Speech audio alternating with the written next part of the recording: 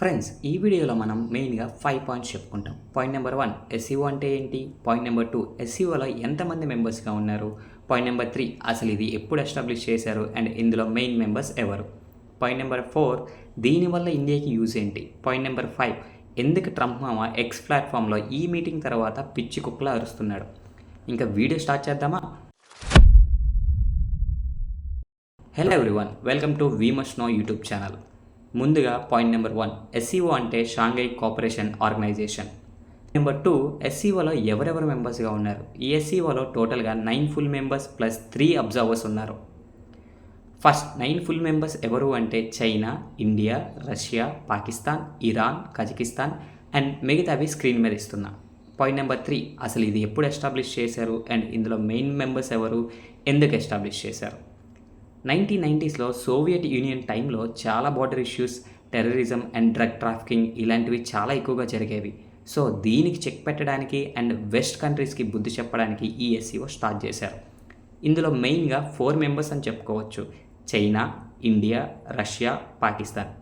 పాకిస్తాన్ కూడా మెయిన్ మెంబరే, ఎందుకంటే మనందరికీ తెలుసు పాకిస్తాన్ చైనాకి పెంపుడు కుక్క కాబట్టి. సో ఇది 2001లో షాంఘైలో స్టార్ట్ చేశారు. పాయింట్ నెంబర్ 5 దీనివల్ల ఇండియాకి యూజ్ ఏంటి. మేజర్ 1 వచ్చేసి బార్డర్ డిస్ప్యూట్స్ తగ్గుతాయి, కొత్త ట్రేడ్ రూట్స్ని డెవలప్ చేసుకోవచ్చు అండ్ న్యూ ట్రేడ్ పాలసీస్ని ఇంప్లిమెంట్ చేయొచ్చు. థర్డ్ది, ఇది మనకి బాగా యూస్ఫుల్, వీళ్ళని ఒక కంట కనిపెడుతూ ఉండొచ్చు. అసలుకే ఈ చింగ్చాంగ్ వాళ్ళని నమ్మలేం. సో దగ్గరే ఉంచుకుంటే అరిచినప్పుడల్లా నెత్తి మీద ఒక మొట్టికాయ వేయొచ్చు. ఇదంతా ఒక ఎత్తు అయితే రీసెంట్గా ఆగస్ట్ 31 అండ్ సెప్టెంబర్ 1 జరిగిన మీటింగ్ అయితే హైలైట్. దెబ్బకి ట్రంప్ మామకి కాయలు జారిపోయాయి. అందుకే ఎక్స్ ప్లాట్ఫామ్లో పిచ్చి కుక్కలా అరుస్తున్నాడు. ఎందుకు అరుస్తున్నాడు బ్రో అంటే, ఎస్సీఓలో మెంబర్స్ అందరూ కలిసి ఒక కొత్త ట్రేడ్ బ్యాంకింగ్ని ఇంప్లిమెంట్ చేయడానికి సైన్ చేశారు.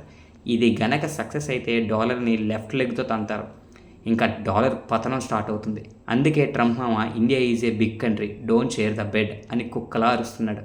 కానీ ఇండియాకి తెలుసు ట్రంప్తో ఉంటే ఎప్పటికైనా డేంజర్ అని. అందుకే మనపై ఎన్ని టారిఫ్లు అనౌన్స్ చేసినా మనం రష్యా దగ్గర నుండి ఆయిల్స్ కొంటామని తెగేసి చెప్పేసాం. That's all guys. వీడియో నచ్చితే కొంచెం సపోర్ట్ చేయండి, లైక్ చేయండి, సబ్స్క్రైబ్ చేయండి. Please like, share and subscribe. We must no.